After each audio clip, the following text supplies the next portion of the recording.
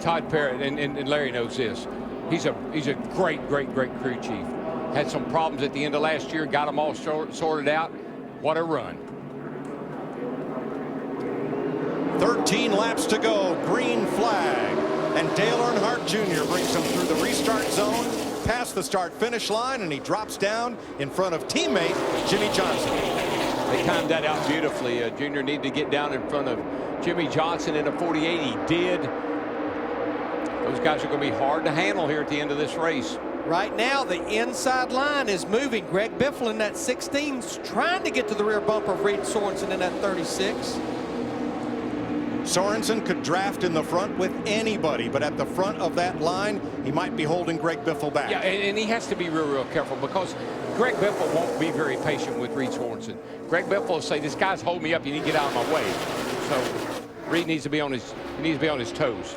Trevor Bayne checked and released at the infield care center. He is okay after bringing out that caution with a crash, the 5th one of the night.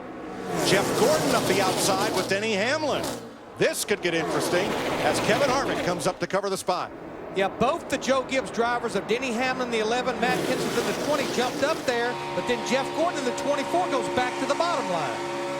Man, they are tight off of turn 2 over there. Boy, not much room at all. Woo! Hang on, fellas. The last 9 Daytona 500s that went the distance, 8 times we had a caution in the last 10 laps. But Larry, look at I know I've said this already, but look who's at the front now. We've had different guys lead this race, run up front all night long. But when it comes down to showtime, when it comes down to who's going to get the big trophy, the Harley Trophy, who's always going to be in the front? 11 laps to go. Let's go back for our 5-hour energy big move of the race. This restart, where Dale Earnhardt Jr. times it to get out just ahead of Jimmy Johnson, enough to slide down in front of his teammate and try to hold everybody off. That's your 5-hour energy big move. Well, one of the things I don't like, and they've been getting away with it, fine, that's all good, but I don't know how much longer it can last, are some of these quick moves. Double moves cause double trouble. And swinging down in front of somebody and swinging back to the outside, they're going to have to watch that as it gets closer to the end here. Krista, how about that second place car? When Jimmy Johnson. Kurt Busch goes for a spin off turn number 4, slides toward the inside. We're staying green as the starter flashes open hands. 10 laps to go to the field as they head off to turn number 1. Busch is in the grass, sliding around to pit road. Wheels are on the pavement. Maybe he can get it out of harm's way. Field out of turn 2.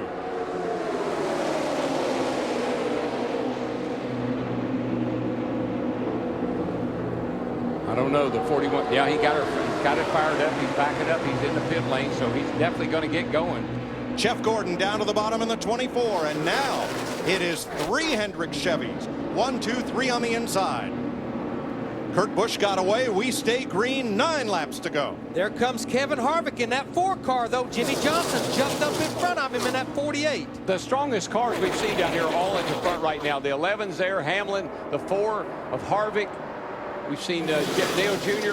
The strongest cars that have been here all week are at the front of the field right now. One of those guys is going to win this race. And the best drivers, Darrell.